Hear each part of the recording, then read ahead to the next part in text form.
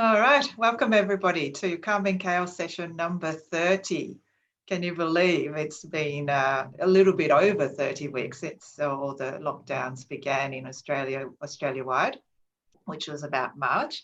And one of the reasons why I started these Calming Chaos series was it felt really chaotic back then, especially at the beginning where we didn't know what was going on and we didn't know much about the virus.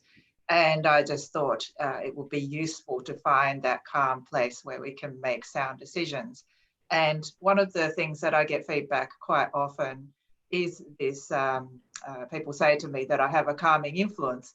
Now, part of that is to do with my Japanese face, and I may not be showing as much of my stress, but also I have been training my mind, I suppose, through meditation and all sorts of different ways to stay calm in different situations. So I thought that might be useful to share. So that's how I began the sessions in March. And I did the very first session, shared my mental strategies around staying calm in chaos. But also I found that there's lots of other people who know about this. So I thought I'd start asking them to share what might be useful topics in this very difficult and unusual times that we're going through.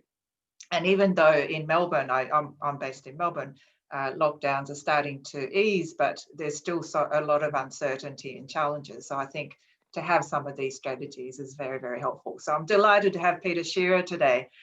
He'll be talking about flow and being centered from the place, from his knowledge, particularly through his martial arts. And I think that'll be a great way to learn about different ways of accessing that calm and centeredness. So looking forward to that. But just to begin with, I just want to welcome those of you who have joined us for the first time. I know a few of you are repeat joiners, but welcome to you as well. I'll just talk you through just some of the pieces that I shared in my earlier sessions, and all of the recording is available on the website, which the link I'll share with you after the session as well as the recording of today. So the Calming Chaos sessions, as I mentioned, just through this session, if you can keep your mute the audio and keep your video off while we're recording. And when we finish, we can just chat again on video as well. Throughout the session, please feel free to add questions and comments in the chat box. What I request though, because I'm chatting to Peter, as well as keeping an eye on the chat box, if you have a question, please make sure you put a question mark at the end, because I can see that while I glance. And as I shared to everybody, you do have permission to share the recording afterwards. So you will get the recording after later on today. So these sessions have been going weekly. So as I said, this is session number 30, and all the previous recordings, if any of you are interested in hearing from other interesting guests that I've had, they're all listed in the website, and I'll send you the link to that as well. And it is a pay if you can model. Please don't pay if you can't, and you're very welcome to join without paying. But please know when you do contribute, 20% of the proceeds have been going to the food bank, which I think needs some help. So first up, can I ask you, please put in the chat box how you're feeling today, just to check in. So these are just pictures of sheep, which I find really cute. If you would like to, please pick a number, how you're feeling today. I'm thinking I'm not sure what I am today. I'm probably 3, because I really need a haircut. I haven't had a haircut since probably earlier in the year, actually. So Peter, I think when we were chatting, you were surprised at how long my hair was, and it is very, very long. So I think I'm a 3. Hello, Andy, welcome back. If you could turn your video off for the time being, that would be amazing. Thank you. So what are we saying in the chat box? Here we go. We've got 5, 3, 3, 5, 5. There's okay, lots of 5s. So are we saying that people are a bit tired from opening up and doing all sorts of things? I know lots of people in Melbourne have gone out and, since lockdown got lifted. Oh, there's a 9. That's nice. That's from Peter. So there's a reason why I ask you to just check in at a moment, because if we don't check in, we don't know. We just run based on how we're feeling, and we're not even aware of that. So it's really helpful to know where we're at. And it's related to the 4 strategies, mental strategies that I shared at the very beginning. And the 4 strategies that I find really helpful in managing my mental state and calm is firstly to accept. So just check in and accept how you're feeling right at the moment, not make anything wrong. As soon as we start to worry more about our worrying, I think we make everything worse. So just feel what you feel and be okay with that. And then pause. So whether you do some regular meditation or do a short breathing exercise, which we will do in a moment, just finding that space to step back and pause is very helpful, which allows space and creates more space in our mind to be able to reframe. So see things from a different light. The world's been turned upside down. So if we don't turn upside down and have a look at things differently, it's very difficult to deal with it, let alone adapt, which is the fourth strategy. When we start to see things differently, we may see opportunities rather than some of the threats, and that's really helpful too. So if you want to watch the video of that, then the link will be in the website that I'll share with you. So let's just spend a couple of minutes to pause before we talk with Peter, and so that we can be in a resourceful state to learn and chat with Peter. So if you could just find a comfortable place to either sit or find a comfortable way to be, and just take a deep breath in and a deep breath out. And if you can just notice your breathing. Notice your breathing where it is, whether it's up in the chest or you feel that it's deeply into the belly. Wherever it is, just notice where your breathing is.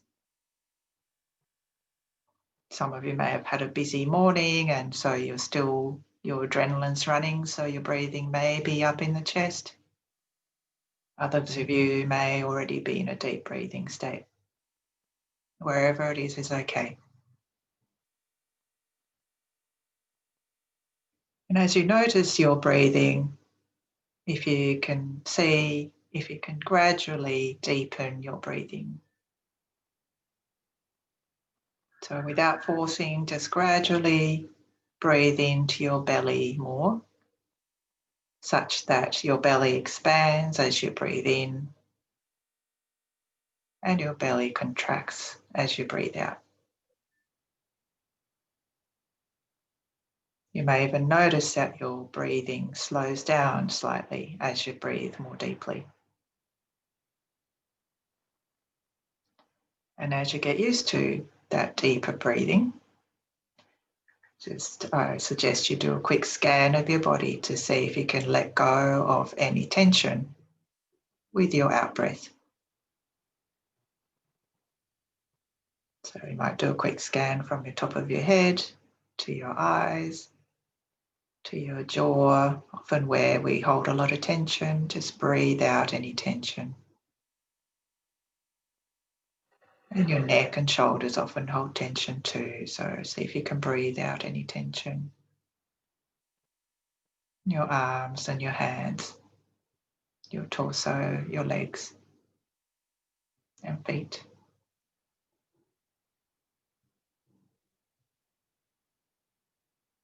And if you can continue to breathe out any tension you notice, and continue to breathe in to your belly and breathe out deeply.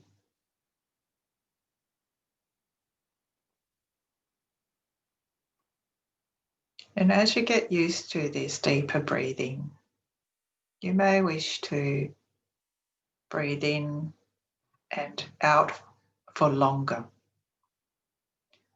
So breathe in for, say, 4 counts and breathe out for 6 counts.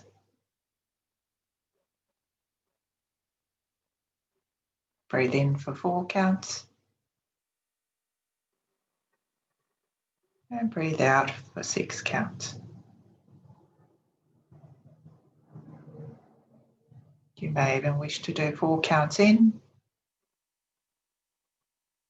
and 8 counts out.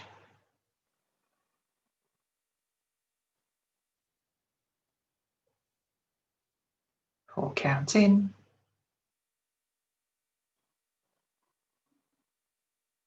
And 8 counts out.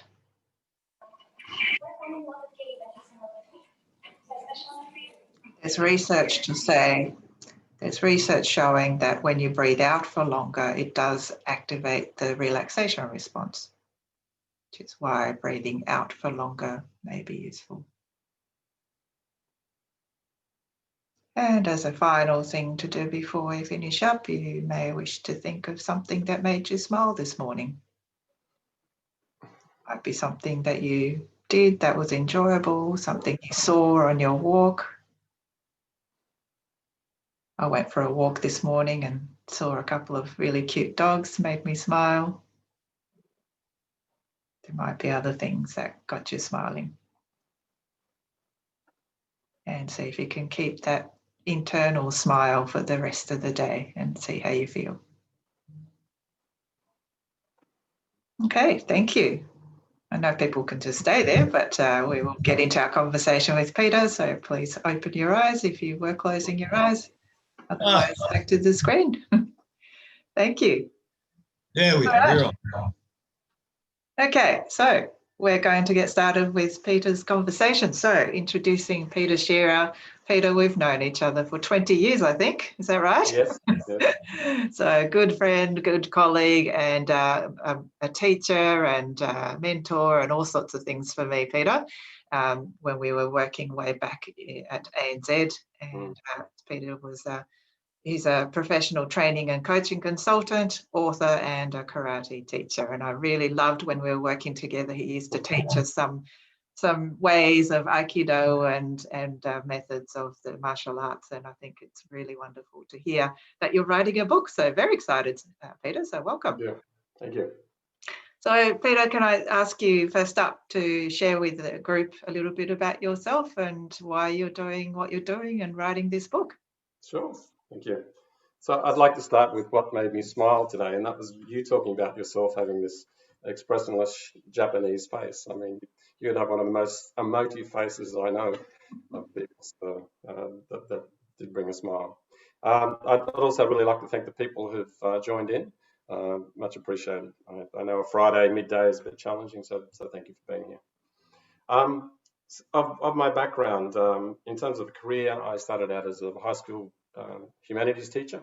I was English and history, and I had 7 years in, I had this call to adventure that as much as I love teaching, there was a much bigger world out there. And so I stepped out of teaching and into a world which is really passionate for me. That's all around philosophy and psychology and self-development, probably best described as the human potential movement. And so I dived into that study and that exploration. I started to teach some self-development programs, and that was around meditation, mindfulness, mindsets, emotional intelligence, all those kind of areas.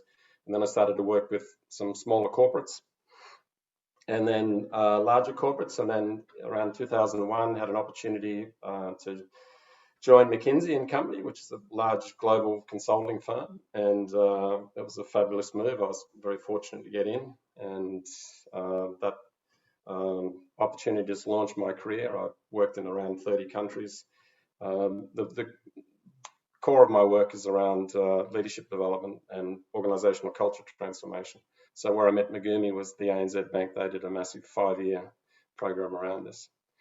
And kind of woven in with that has been my karate career, which I've been doing now for 40 years, so teaching and studying myself. So where I had the opportunity, I'd weave some of the key principles of martial arts into the corporate work, and it's a very rich field. So I'm still working as a consultant, working in this area. I've probably dropped about 80% of my work this year, so I've had a chance to kind of withdraw back and center myself and find my own kind of stillness, and in doing so managed to write a book which will be published shortly. That's great. Thank you, Peter. So, so tell us a bit about the connection between martial arts and your work, because you do bring them together beautifully. So in your mind, how does it relate to each other? Sure. Well, the core of the book is around flow. I mean, the title of my book is To Embrace Fear, Find Flow. And so flow is an area which has been fascinating to me because it has two major perspectives. There's a Western perspective on flow, and there's the Eastern perspective on flow, which is much older, goes back to antiquity. And both streams have are very rich in ideas, concepts, methodology, metaphor, etc., of ways to live life. And so central to martial arts is that idea of being able to conserve energy and focus energy in a specific way. And so with flow, I'll start with the Eastern perspective first. So there's it's come from the Tao Te Ching, Lao Tzu's work. You will have heard of Taoism, and also the I Ching. And both these major texts basically use water as a major metaphor for life, studying water. And so water has the qualities of enriching all life, has the qualities of flowing into spaces. It has that quality of building its energy. It's also recognized as being humble, and yet it can wear away mountains, and it can kind of destroy steel. So it's a very rich metaphor. So the idea of being, from the Eastern perspective of flow, is taking on some of these qualities of water. And it's just interesting when you think about business and what enables a business to thrive and to flourish. It's cash flow. What destroys a business is when cash dries up, and so it's that sense of that circulation, sense of movement. So pivotal to the Eastern concept is this idea of Wu Wei, and it's a beautiful idea and talks about effortless action. And this is not being passive, not being doing anything. It just means being sensitive to the life around you. And Wu Wei is about finding the path of least resistance. So when opportunities are there, flow into them. When they're not there, to hold back, to conserve your energy, and to seek to those places that you can kind of, in a sense, flow into. It's very different from a Western perspective of the philosophy of, find that individual path ahead, forge ahead, storm the barricade, take no prisoners, assert yourself. So flow is all about not asserting yourself on the world as such, but adjusting yourself like what water does to the contours which is around you. So it also talks about, like, in a sense, of a sensitivity to your internal world, and also very much a sensitivity to the world around you. So long answer, but that's yeah, no, that's fantastic, and sounds very, very important in this current environment where some of us have had to slow down in some ways. What's your take on all of that around the world? This pandemic, but also lots of other things going on in the world, and how this Eastern philosophy of flow is useful. Yeah, well, it's no doubt people listening have thought about this as well, but it's a great opportunity for a reset. And I think with like Taoism and Tao Te Ching, it's about stepping back and finding your inner centeredness and your inner stillness, and then taking that out into the world. So particularly with Victorians, I mean, you guys haven't had much chance to go out in the world, but a lot of chance to find your inner stillness within yourself and in a sense of harmony. Yeah.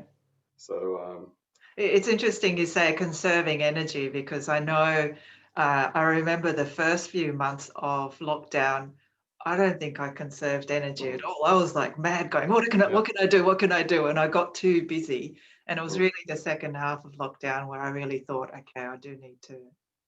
I didn't think of it as conserving energy, but I did slow down. So it's interesting you say that. There's a great analogy or a metaphor by a character called Alan Watts, who's probably one of the best interpreters of Eastern philosophy for the West. And he talks about Wu Wei, which is flow. He says, Wu Wei is about sailing, it's not about rowing. And what I love about that analogy, it's like being sensitive to the winds around you and the currents around you, and the opportunities which are around you. Not that sense of just forcing yourself ahead as you would on a rowing boat. So just out of curiosity, in your karate teaching, how would you teach that? Because from somebody who doesn't know karate, it looks like it's a lot of force, but it actually isn't, is what I'm taking. Well, when I I'll step back for a moment and tell a story. When I got my first black belt, I was about 23. And I had a Japanese instructor, and it was extremely hard training, extremely hard grading. And he came up to me, and I was all expectant for some really positive, kind of feedback. And he said, "Your karate has no movement. You were like a block." He said, "You were like a block of ice." He said, "You need to melt. You need to melt around the edges. And then when you start to melt around the edges like a block of ice, you start to flow. And so the more melting, the more flow." And that analogy has been with me ever since. So it's interesting because martial arts is very paradoxical. You learn violent techniques in order to find a peacefulness within yourself. And they're violent techniques, but the idea is to find that inner harmony. You learn movement to find stillness. So with karate, it's a little bit more challenging than something like the kung fu or the tai chi, because it does start hard, but you start hard to find the softness. It's interesting if you look in the yin yang symbol, which is the yang, it's governed by the softness. So if you go to the core of yang, it's the softness. And so my interpretation of that is sometimes you need to go through the hardness to actually find that softness. Okay. It's the actual governing factor. And the same with Tai Chi, or the yin, the inside governing aspect of the yin is the yang. And so Tai Chi in particular, around Wu Wei, if you see this kind of movement, it's very soft, beautiful movement. But what happens if you know the application? It's a block and it's a strike. So it actually, the idea is of flow and softness. It's not about a weakness. Okay, it's just about your ability to generate energy through a body which is supple and has that kind of movement to it. Wow, that's fascinating. So that whole paradox is quite an interesting one to play with. Because I suppose in the Western world, I don't think that paradox is managed very well or thought of very well. So how would you do that? It's like it's a black and white thing in the Western world. It's a bit like the Karate Kid, you got the good guys and the bad guys. Yeah, that's it. You got the old Okinawan. It's actually the Karate Kid. There's a lot of really truisms in it in terms of martial arts. Okay. But it all depends upon the mindset of the instructor. So you can have malicious instructors who bring up malicious students, or you can have very centered, kind of well-balanced teachers who that's what they do. Okay. But ultimately, as Dao Teachings, the whole thing, live by the sword, die by the sword. I think that kind of aggression that you exert out in the world, it comes with its own karma. Right. And same is, I think, living with balance and stillness and that sense of more harmony. So how does anxiety and fear play out in that? Because I can imagine if you're anxious or fearful, it will be very hard to be still, let alone strong or flowing. Neither. It was that whole sense of fear and anxiety. That was the thing. Was the catalyst to me writing the book. Okay. I'll answer your question in a roundabout way. Yeah. I've worked for 25 years with all these incredible people, and one of the most consistent things I got to work with was this sense of fear and anxiety, the imposter syndrome, anxious overachiever, perfectionists. You'd probably recognise some of those, Megumi. Yep. Years. So and what was driving these mindsets and these ways of working was the sense of the fear and anxiety, being found out, being not good enough, or standing out. And so all these really highly talented, capable people I was working with, who were very self-aware, but at the same time just restrained by this self-generated fear and anxiety. And so that, basically motivated me to start writing this book. So that's what I talk about: embrace fear and find flow. So part of the intent is to understand what is the catalyst to the fear I'm feeling. What are the thoughts which arise, which generate a fear? How the way I'm operating in my work, which is driving anxiety or fear, etc.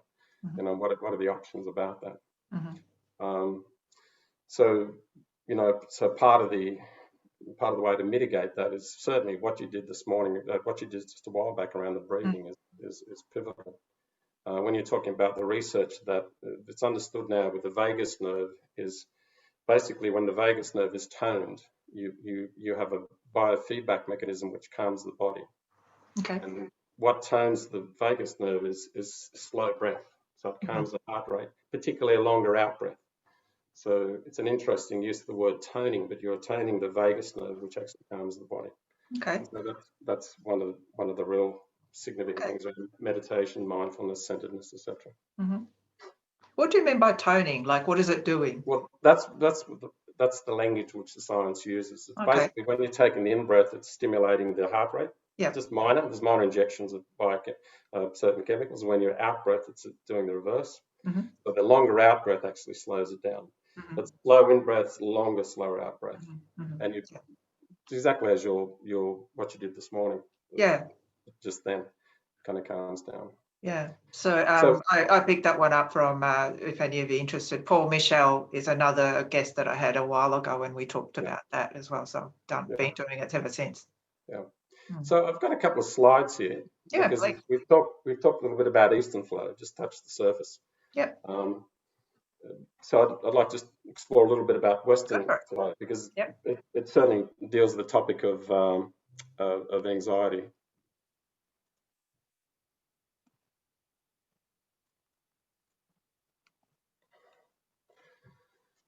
So you guys see that? Yep.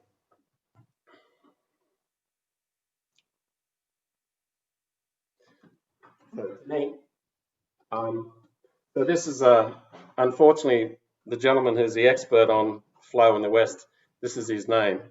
So Mihai, my chick sent Mihai. So I've had to deal with it. I just need to be able to scroll through the slides. So you just press the down arrow. Okay. Oh, wait a minute. Good to see you got tech support.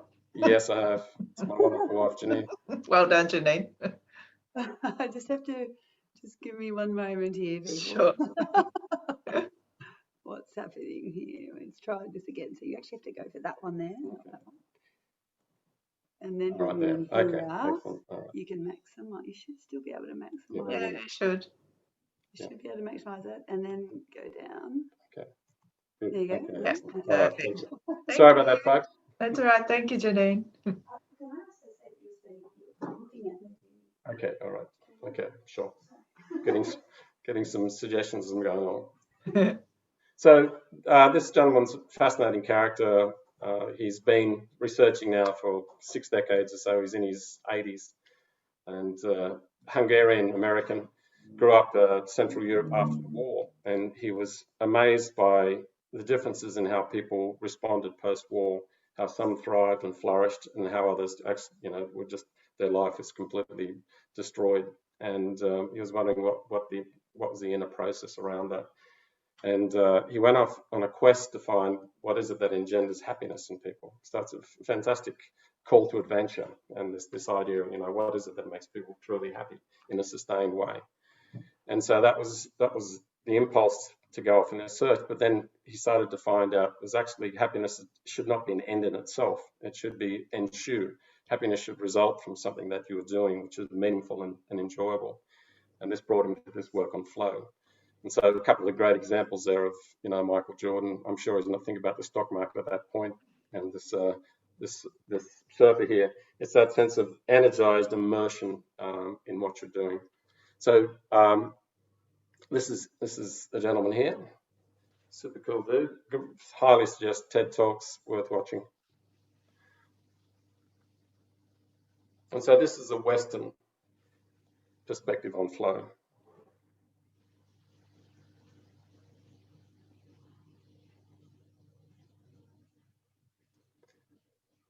And probably the key distinction between the Eastern philosophy and flow, Wu Wei, and the West, in the Western perspective, in this Csikszentmihalyi's work, it's basically flow is more about an activity that you're doing. It can be a pursuit, an activity, a creation, but it's kind of isolated in that. Climbing a mountain, you have that experience, creating sculpture, being on a sporting team, being in an orchestra, you have these moments. Where in the Eastern perspective and flow, it's more about the way of living life. It's more about how you approach life and how you live it. So from that perspective, I just love this quote.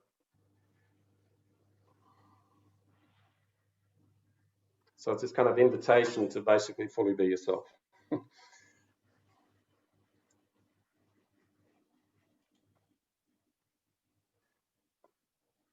I'm getting around to answering your question now about anxiety.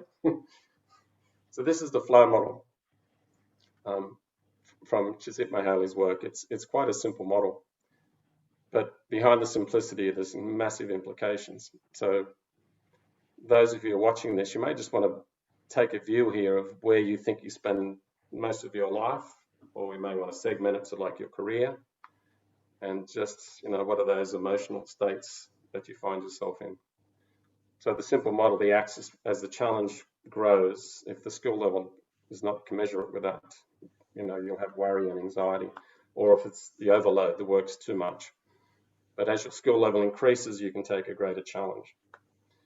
So ultimately, in the top right-hand box, we have flow, and that is where your skills are just enough to deal with the challenge. So it's highly energized, highly focused, and it's something which is intrinsically rewarding to what you're doing. A lot of the people I work with over the years have been over that anxiety area, worry and stress. But a lot of it, which for me was fascinating, a lot of it was just self-generated as well. So the beliefs they have about themselves, their attitudes, extremely self-judgmental. Perfectionist, anxious overachiever, all those kind of mindsets which drove anxiety. If you're having that left box, you're just certainly not going to be experiencing flow. If you have too much fear, you won't experience flow, etc. Too much anxiety, or if you can't focus your psyche. This is one of the things he's very, very clear about. Flow requires that concentration of your mental energy.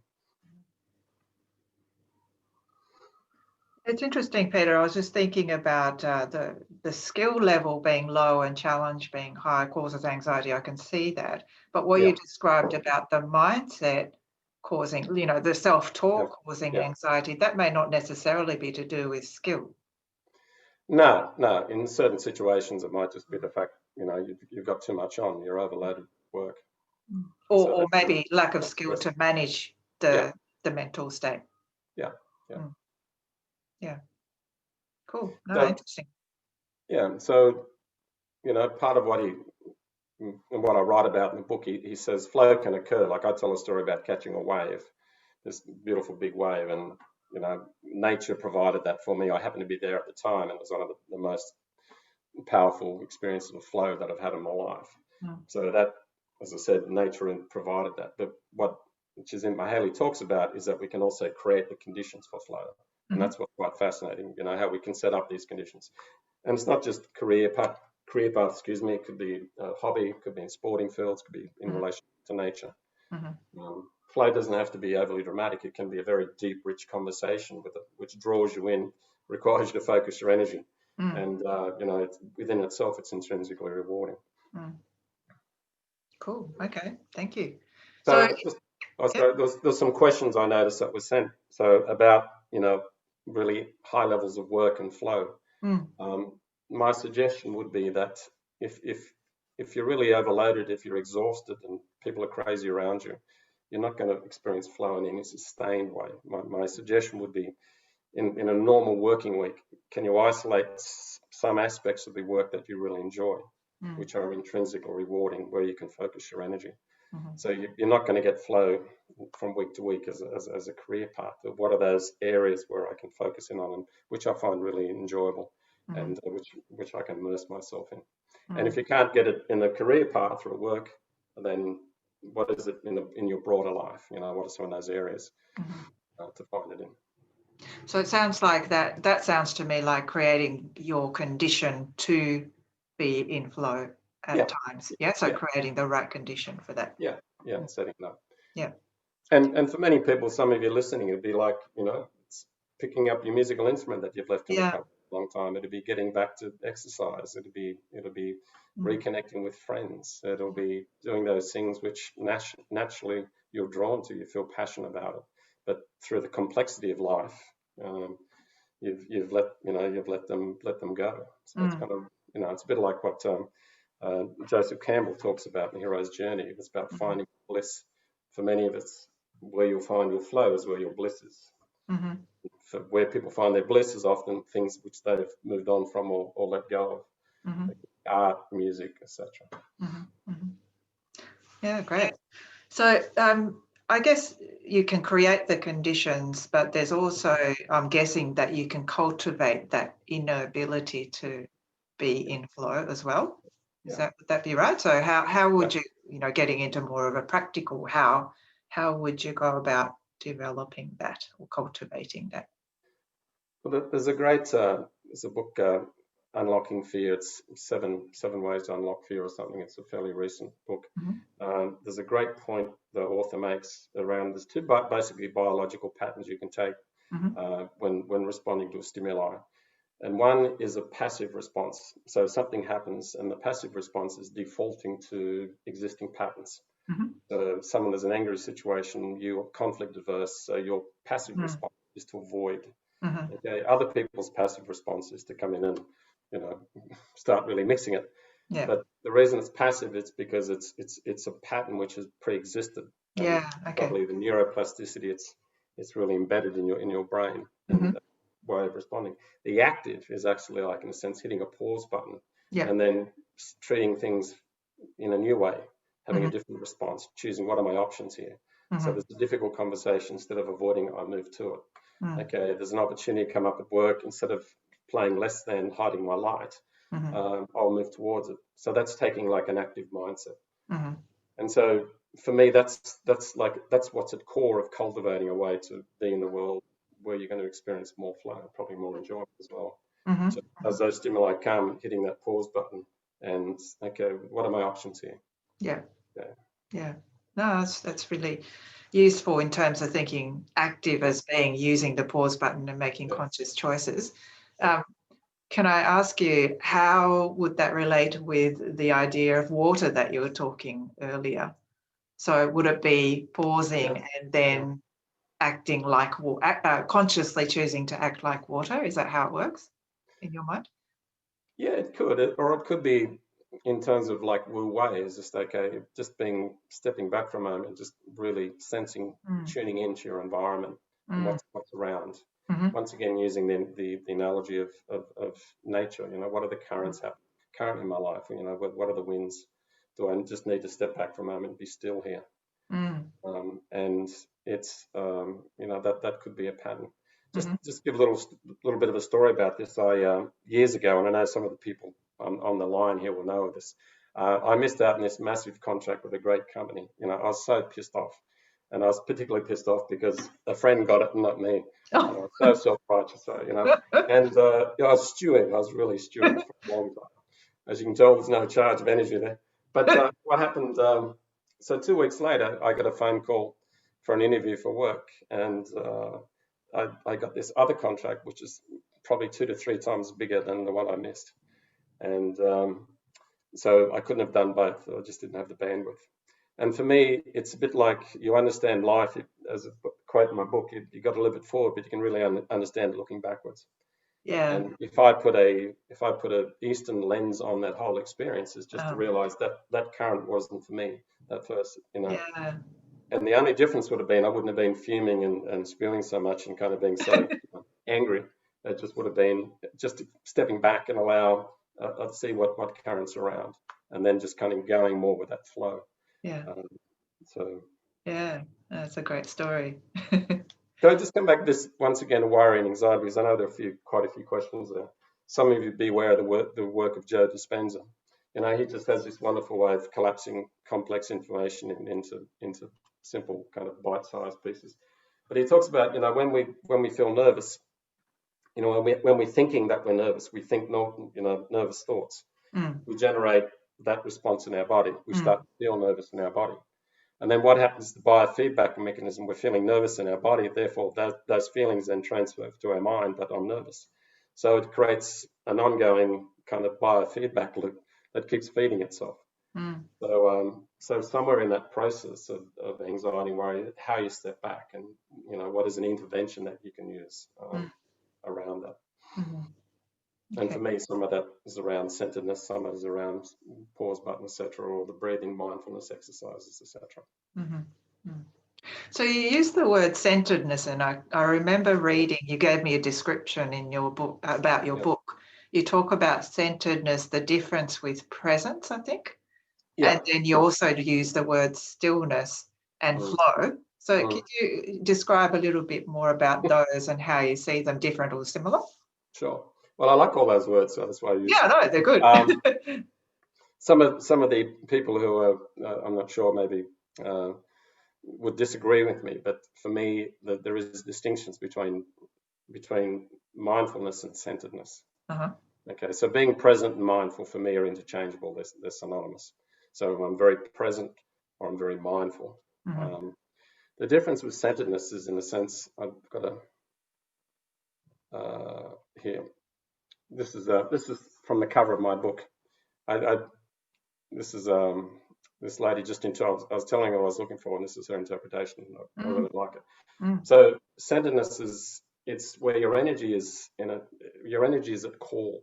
And the analogy I use, if you're facing a charging bull as a bullfighter, etc., you're not just mindful. Okay, it's not just good being mindful there, finding stillness. You have to have that energy on call, and that's what centeredness is. There's an Aikido master, Tom Crum, talks about centeredness is when your mind, your body, and the spirit comes to a unified focus, regardless of external stimuli. I love that quote. So regardless of what's happening externally, you have that mind, body, and spirit. And hence, for me, that's where this drawing is. But with centeredness, as I said, there's that sense of energy, that you work with. And, you see it in Tai Chi moves, you see it in karate. It's all that, that from stillness, bang, straight into kind of expression. And is stillness a prerequisite almost to centeredness? Well, I think centeredness allows you start to find some stillness. I mean, the nature of the mind is the chattering monkey. It's going to be rare you actually get quiet in the mind. Yeah. But all I can say with strength is that when you're centered, you can feel it. It's a centered. And we've all been centered before, kind of driving in dangerous weather conditions, skiing, surfing, that sense of just where you're fully awake, fully focused, which is different from just mindfulness. And so how do you see mindfulness fitting into that? I think that was one of the questions that I saw too. Well, mindfulness is a great practice. When I'm mindful enough, I go to my mindfulness. By the way, I don't put myself forward as an absolute role model for all this I'm talking about. I'm a work in progress, and my dear wife would agree with that. But for me, mindfulness is around allowing yourself to literally become present. And when you become present, you're aware of where your mind is, and you just bring it increasingly into the moment. And what's quite profound is when you're in the moment, it's usually a very good place. And because when you're in the moment, there's usually, and just find that stillness, there's not the worry or the anxiety or the regrets or whatever it may be, just really in the moment. So they research done in the UK, this is a gross simplification, but they talk about anxiety as being projecting fears into the future. What could happen, may happen, so that's being anxious. Depression is about ruminating on the past. Massive generalization, but in a sense, the sweet spot is actually in the moment. And bring yourself to that. I'll give you a little bit of those who are listening in, just an exercise to do. Just notice something around you.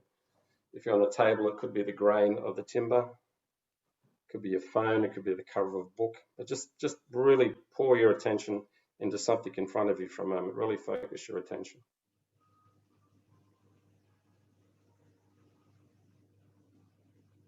Now, in doing so, my analogy to this is like you are lassoing your attention. You're focusing your attention. Now, once you've lassoed your attention, now you can actually start to direct it.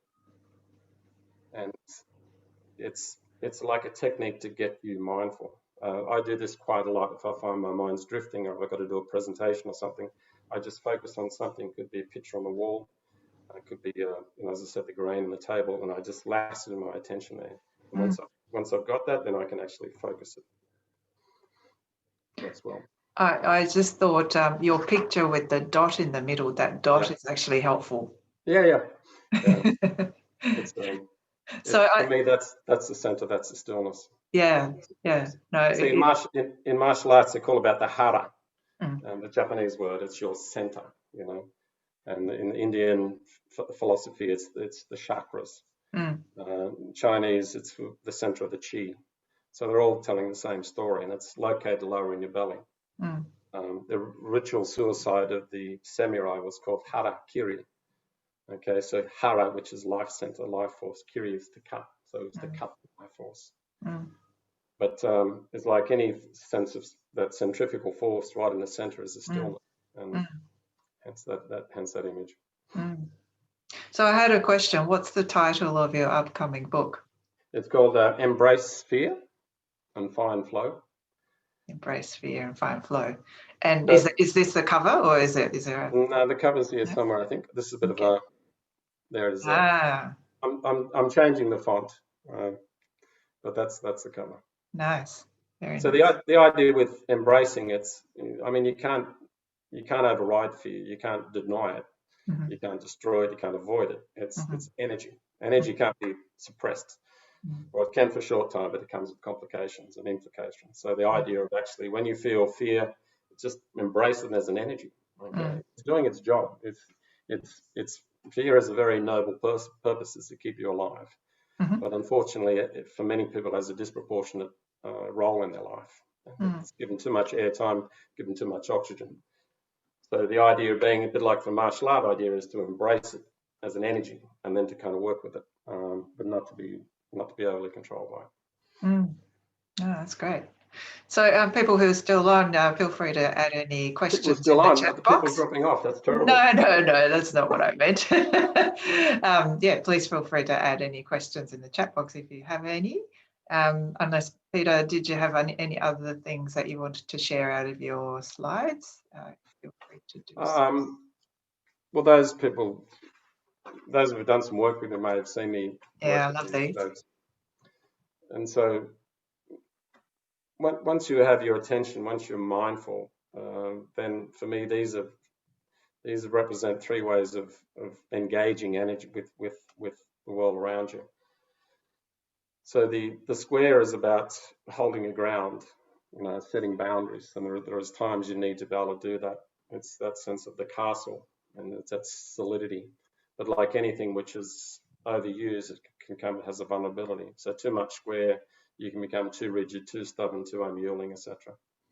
So the triangle is all around focused intent. It's that energy of that really driving through something, penetrating, having a point of view. It's that capacity to concentrate. Too much of that, people get hurt. Too sharp, you're too pointy, you're driving too hard. And the circle is the flow energy. It's about being inclusive. It's about asking questions. It's about not having a point. It's about being able to move, to yield, to adapt. So once you take that active position, so you're actually going to engage in what's before you in a different way. You may think, do I need to be square here? Do I need to hold my ground? Do I actually need to focus? Do I need to ask questions? Do I need to myself? So for me, these are just shorthand symbols of ways to engage. Yeah, and that relates really nicely to what you said about active. So you're not just falling into your usual style, but you're being flexible enough and making conscious choices. Because I can imagine, some of us tend to be too much circle and don't do enough of the square and the triangle. So you're making a conscious choice when you need to. So that's a great way to be. And it's interesting because in all the work I've done overseas, when I go back or connect with people, this is the one, this little exercise people tend to remember the most. No, I remember it from 20 years ago. Yeah. That's fantastic. And but what I think is useful in this conversation has been that in order to be consciously choosing these three ways of interacting or engaging, you still have to be in that place of stillness first and centeredness first. Yeah, well, probably the way I would describe it is just first to become aware of where your awareness is. Yeah. And you just might be multitasking, multi-switching. So I become aware that I'm really dispersed. Okay, then that's when I use that hooking your attention. Then once you've hooked your attention, where do you want to direct it to? So yeah, that's bringing this idea of mindfulness as well. Yeah. And if you overlay that with this idea of woo-wee, okay, so what's the current before me? What's the sensitivity to the winds around me? Yeah. Where's the direction I want to take it? And possibly, do I need to flow here? Do I need to point? Do I need to hold my ground? Which relates to the question that Peter Spencer's typed in here. What's your advice on how to focus attention when there's a dispute or in a confrontational situation? Yeah.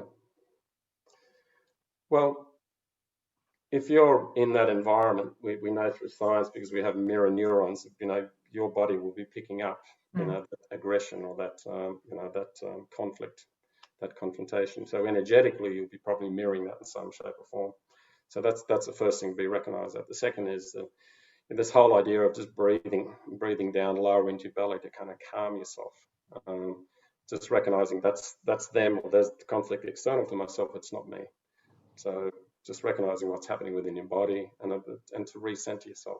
And the way to do that, I think, is, sometimes I do it. I just put my hand on my belly and just breathe into that. You can't do that because you're quite visible. Put the hands on the table and just feel the ground beneath you. But that idea of being centered, and then choose, okay, do I need to be involved in this aggression or this conflict? And if you do, if it's a family matter or it's a work matter, you do have to be, then I'd suggest you do the circle energy and you actually move to the center of the situation and ask questions, and validate perspectives. There's that sense of going to the center, listening, but not taking a position. Sometimes, as you would know, when people feel heard, the energy dissipates. Yeah. That's the beauty of that circle energy, that inclusive of the questions, not having a position. No, that's a great tips there. Yeah, and if you don't need to be involved, just take a big deep breath, glass of water, and vote with your feet. Go out and spend some time in nature. Yep. Well, that's very much water, isn't it? You're sensing that you don't need to be there, just move on. Yeah, that's great. So any final tips or advice on what you said very early on about the Eastern philosophies about flow in everyday life? So how would you suggest that we start to incorporate that more into our lives? Well, if you look at a really good Tai Chi practitioner, you're seeing flow made visible, okay? And it's that sense of taking your center with you, which is a profound idea, beautiful idea. You take your center with you. So if you watch a Tai Chi practitioner at work, they just put one foot out, then they find their balance, and they distribute their weight to that foot, and then they'll reconnect without losing ground, and they'll move to the next point of center. And for me, it's a very powerful analogy. If you can stop just long enough to kind of regather yourself as you go out into the world, there's just this idea of taking your center with you, taking that inner core with you. So what you're engaging with is that a more fullness of who you are, not just the mental dissipation, multitasking, etc., as most people are. They're just fragmented. So, step out, find your balance, take your center with you, engage, and when you engage, be as present as you can. I like that a lot. If you want to see some experts of this, just look at little kids. Little kids don't have the beta brainwave up until about 8 or 9. So when they do things, they just do it completely fully. Yeah. And they just absorb themselves in an argument or playing with a toy or a painting. Yeah.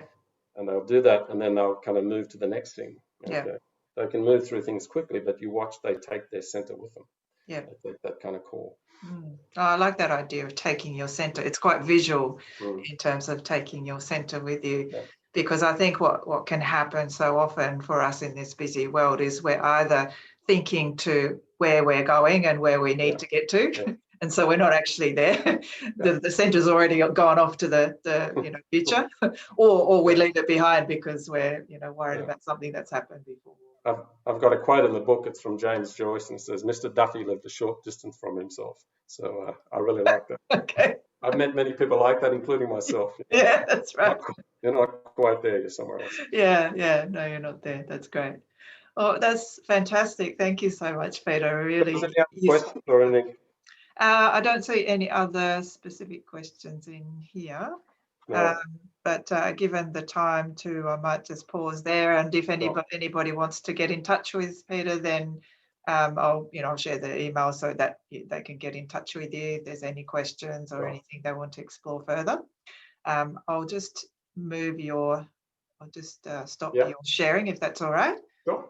I'm just going to move on to. So while I'm going to share with you what other speakers and guests are coming for the rest of the series. So I'm stopping it in early December. So there's only 1, 2, 3, I think, maybe 4. So yes, I'll share with you who else is coming. But if you could, while I'm doing that, please put in the chat box what your key takeaways have been from this conversation, which I'm sure there's plenty. So Peter and I would love to have a look at it afterwards. So the 3 guests that I have remaining next week, we have Richard Lawton. He's a master voice and presentation consultant and a speaker and an author. I've worked with him a little bit on voice, and he is the master of managing performance anxiety. So you can imagine he's also a singer as well. So he knows how to perform, and he also knows how to manage that anxiety, finding that calm in the performance context, which is very helpful when you're having to present or when you're having to perform in some way, shape or form. And so he'll be coming on next session, and it'll be quite a practical session. So if you want to have a try at different things that he teaches people, then come along to that. The week after that, we have Dr. Amy Zaltzman from the United States. She's going to be calling in at, I think it's her evening the night before or something like that. She is the founder and director of the Still Quiet Place, and she coaches athletes, elite athletes, around mindfulness and how to find that still quiet place, just like we've been talking about today, in order to be able to perform at an athletic level. And she also teaches teens and children as well. So she does those 2 things as main focuses, but she does say that for most of us, we have to be able to find ways of high performance. And so that's some of the practical things she's going to teach. And again, Dr. Amy is going to do a practical session too. So it's a much more, I think it's much more interesting to do that live. So if you'd like to come along, please do. And the final guest I have is Roman Rusbacki, who is a diversity and inclusion and equity practitioner. He's the president of the Equal Employment Opportunity Network, and he's been a great supporter of Quietly Powerful as well. And so he's going to talk about tempered radicals. So one of the things we talked about is there's such an opportunity for change for the better at the moment because everything's being turned upside down, but sometimes being too radical may not be helpful. So how can you find the right balance for change when you're trying to not scare people off and be too radical versus being too soft and you can't actually get change happening? So finding that center in the sense of transformation and change. That'll be our final conversation. And the week after that is early December. I'm going to do a wrap up or a summary or a reflection on all the people that I've spoken to, which will be great fun to do as well. And that'll be a great conversation if you'd like to join me then. All right. So thank you, everybody. Oh, I was going to show you one more thing. To finish off, I thought I'd leave you with this image. I thought that's appropriate given what we're talking about. I feel like that cat's very centered. The cat's taken its center with it on the side. So let's hope we can learn to do that and continue to thrive in this uncertain and unusual time that we're living in. So thank you so much, Peter. That was really great, insightful, and looking forward to the book. Let us know when your book is out, and I'll certainly let my group know. Thank you. Most people listening, 20 copies each. Thank you.